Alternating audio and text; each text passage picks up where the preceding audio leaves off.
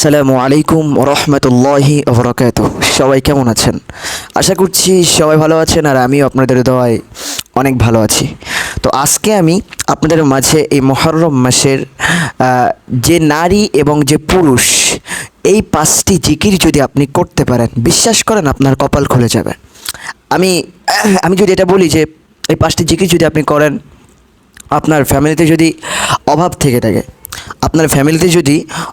থেকে থাকে এবং আপনি যদি জীবনে অনেক ভয়ঙ্কর গুনাহ যদি আপনি করে থাকেন, মানে ছোটোখাটোভাবে বলছি, যে আপনি যদি বড় ধরনের কোনো গুনাহ করে থাকেন, এমনভাবে মনে হচ্ছে যেন আমি জীবনে যত গুনাহ করেছি, এই গুনাহ মনে হয় আল্লাহ ক্ষমা করবে না, আল্লাহ মনে হয় মাফ করবে না, তাই না?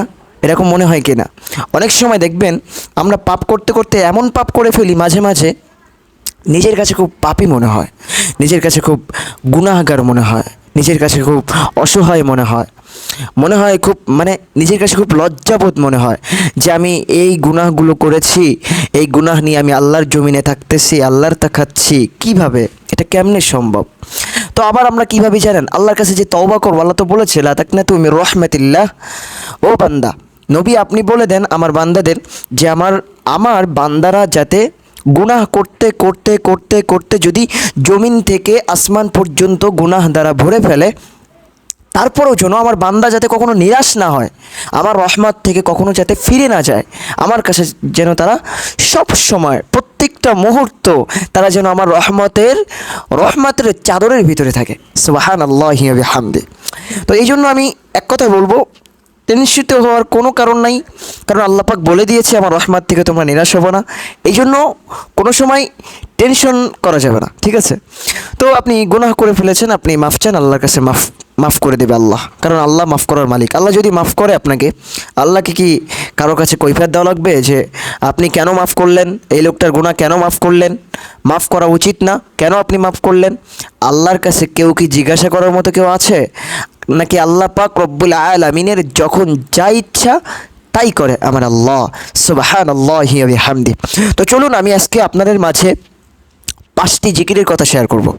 এই 5টি জিকির যদি আপনি মুহররম মাসে যদি বেহুদা সময় নষ্ট না করে যদি আপনি এই 5টি জিকির যদি আপনি করতে পারেন, আল্লাহ পাক রব্বুল আলামিন এই 5টি জিকিরের ওসিলাই করে আল্লাহ পাক আপনার জিন্দেগির সমস্ত গুনাহ মাফ করে দিবে।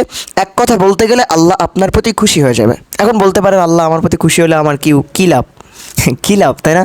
আল্লাহ পাক যদি আপনার সাথে থাকে, সমস্ত দুনিয়া যদি আপনার বিরুদ্ধে লেগে যায়, আর আল্লাহ পাক রব্বুল আলামিন যদি আপনার পাশে থাকে, আল্লাহ পাক রব্বুল আলামিন যদি আপনার সাথে থাকে, আপনার কাছাকাছি থাকে, আল্লাহ পাক রব্বুল আলামিন আপনার জন্য যথেষ্ট হয়ে যাবে। এটাকে আপনি বিশ্বাস করেন?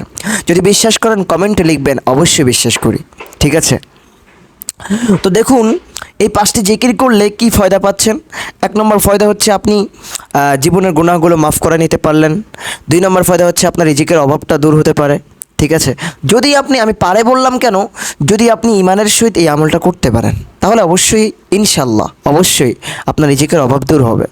দেখেন, প্রত্যেকটা মানুষ চায় যে আমি একটু সুখে থাকি, আমি একটু ভালোভাবে বাঁচি, আমি একটু ভালোভাবে জীবনযাপন করি, আমার টাকা পয়সা হবে, আমার ফ্যামিলি নিয়ে আমি যাতে হাসি খুশিভাবে বাঁচতে পারি, তাই না? সবাই এটা ভাবে। তো আপনিও নিশ্চয়ই এটাই ভাবেন যে আমার যদি টাকা পয়সা হয়, তাই না? সবাই এটা ভাবে। দেখেন, টাকা পয়সা দেওয়ার মালিক কিন্তু আল্লাহ। নদীর কুল ভাঙে ও কুল ভাঙে, এই তো নদীর খেলা, সকাল বেলার ধনী রে তুমি, ফকির সন্ধ্যাবেলা। আছে কিনা এরকম? সকাল বেলায় ধনী, রাতে গরিব হয়ে গেছে। অনেক মানুষ আছে টাকা পয়সার মালিক, টাকা পয়সার অভাব নাই, কত টাকা, মাঝে মাঝে এত ক্ষমতার বড়াই করে ফেলে, আল্লাহর সাথে টিক্কা দিয়ে ফেলে। আল্লাহ পাক রব্বুল আলামিন মরার সময় এমন একটা ব্যবস্থা করে দেয়, এমন একটা রোগ দিয়ে দেয়, জাগা জমি বাড়ি গাড়ি সব বিক্রি করে ফকির হয়ে যায়। মসজিদে আইসা বলে, হুজুর আমার জন্য একটু কিছু চায়া দেন, আমার জন্য একটু অর্থ চেয়ে দেন, আমার কিছু নাই। এইরকম বহুত লোক আছে, অনেক ধনী ছিল, অনেক ধনী ছিল, মরার সময় এমন রোগ আল্লাহ পাক রব্বুল আলামিন দিল, সব কিছু শেষ হয়ে গেল। আছে কি নাই? আছে। এই জন্য আমি বলবো যে এটা বলার কি আছে, এটা সবার বিশ্বাস করা উচিত, কারণ টাকা পয়সা দেওয়ার মালিক আল্লাহ, কেড়ে নেওয়ার মালিক আল্লাহ, তাই না?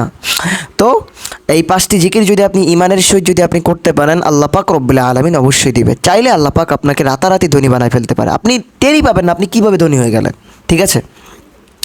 আর মেন কথা হচ্ছে আপনার জীবনের সমস্ত গুনাহগুলো মাফ করে দিবে আল্লাহ, আর কবরে গেলে শান্তিতে থাকতে পারবেন। এটাই তো সব থেকে বড় পাওয়া, নাকি? প্রথম নম্বর জিকির। চলুন তাহলে এবার আমরা এক একটি করে জিকির জেনে নিই, ঠিক আছে? প্রথম নম্বর জিকির হচ্ছে লা ইলাহা ইল্লাল্লাহ। এই জিকিরটা সব থেকে শ্রেষ্ঠ জিকির। এই জিকির যদি আপনি একবার পাঠ করতে পারেন, আল্লাহ পাক রব্বুল আলামিনের আরশের কাছে এই জিকিরটা হেলতে দুলতে থাকে। আল্লাহ পাক রব্বুল আলামিন বলে, কি ব্যাপার, তুমি কেন হেলো দুলো কেন বলো? ওই জিকিরটা বলে, আল্লাহ আমি কেন হেলে দুলি জানো তুমি? তোমার এক বান্দা আমার নাম উচ্চারণ করেছে, জিকির করেছে। ওই বান্দার জীবনের যত গুনাহ তুমি মাফ করে না দিতে পারবা, যতক্ষণ পর্যন্ত এই বান্দার জীবনের সমস্ত গুনাহ মাফ করে না দিবা, ততক্ষণ পর্যন্ত আমি জিকির হেলতে দুলতে থাকবো। সুবহানাল্লাহ। আল্লাহ পাক তো নিজেই বলে দিয়েছেন, ইয়া আইয়ুহাল্লাযীনা আমানু যকুরুল্লাহা যিকরান কাসীরা। আল্লাহ পাক রব্বুল আলামিন তো বলেই দিয়েছে, বান্দা বেশি বেশি করে জিকির করো, জিকিরের মাধ্যমে আল্লাহকে পাওয়া যায়। জিকির করতে হবে, ঠিক আছে? এই কালেমার অনেক ফয়দা, এই কালেমা নিয়ে অনেক ঘটনাও আছে। কোরআন শরীফের পরে শ্রেষ্ঠ কালেমা হচ্ছে এই জিকির। সুবহানাল্লাহ। প্রথম নম্বর তাহলে কি? 1 নম্বর কালেমা তৈয়বা। 2 নম্বর হচ্ছে নবীর প্রতি দুরূদ আদায় করতে হবে বেশি বেশি করে। সাল্লাল্লাহু আলাইহি ওয়াসাল্লাম, সাল্লাল্লাহু আলাইহি ওয়াসাল্লাম।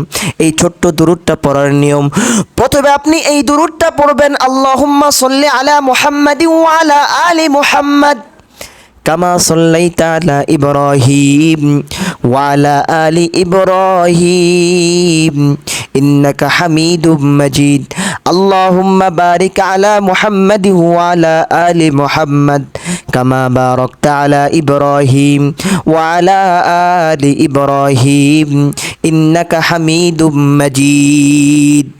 এই দুরূদ শরীফটা আপনি পড়বেন, তারপর ছোট্ট দুরূদ যত কয়বার ইচ্ছা আপনি পড়তে পারেন। তাহলে জিকির গেল কয়টা? 2টা। 3য় নম্বর জিকির হচ্ছে লা হাওলা ওয়ালা কুওয়াতা ইল্লা বিল্লাহ। লা হাওলা ওয়ালা কুওয়াতা ইল্লা বিল্লাহ। এই জিকিরটা অনেক গুরুত্বপূর্ণ জিকির।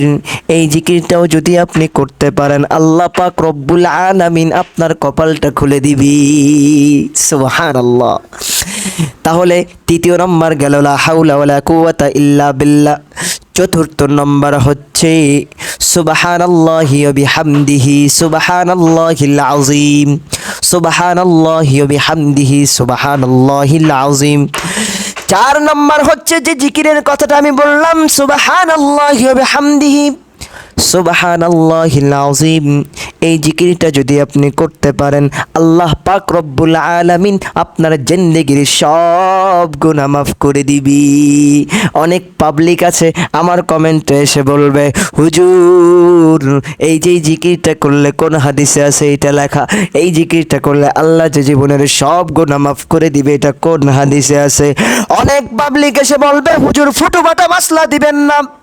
ভাই বিশ্বাস করেন, আপনাদের পায়ের হাত দিয়ে বলতেছি, আমি কোনো ফুটুপাটা মাসলা দিচ্ছি না। আল্লাহ পাক চাইলে আপনার প্রতি সন্তুষ্ট হয়ে জিন্দেগির সব গুনাহ মাফ করে দিতে পারে। এটা তো বিশ্বাস করেন।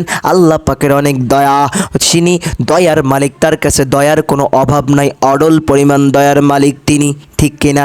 তিনি যদি ইচ্ছা করে সব কিছু করতে পারে। হয়তো এমনটা আছে, মনে করেন আপনার আন্ডারে একজন কাজ করে, ওই লোকটা কাজ করতে করতে এমন একটা কাজ করে ফেলেছে, আপনি তার উপর সন্তুষ্ট হয়ে গেছেন, আপনি তার ওপর খুশি হয়ে গেছেন, আপনি তার বেতনটা বাড়ায়া দিলেন। এমনকি সে যদি কোনো অন্যায় করে, তার অন্যায়টাকে আপনি ক্ষমা করে দিলেন। কারণ কেন ক্ষমা করলেন? কারণ ওই লোকটা বেশি বেশি করে আপনার কথা শুনে আপনার কাজ করে, এই জন্য তার প্রতি খুশি হয়ে তাকে বেতন বাড়ায়া দিলেন। সে যদি কোনো অন্যায় করে, একবার বিশ্বস্ত হয়ে গেলে তার অন্যায় আপনি ক্ষমা করে দেন। আল্লাহ পাক রব্বুল আলামিন সাধারণ আপনার কাজ করে দেওয়ার জন্য যদি তার অন্যায় ক্ষমা করে দিতে পারেন, তার বেতন বাড়ায় দিতে পারেন, তাহলে একবার চিন্তা করেন আল্লাহ পাক রব্বুল আলামিন কেমন দয়া। শুধু ছোট্ট করে একটা জিকির যদি বলেন, আর এইটা যদি বলেন, ও আল্লাহ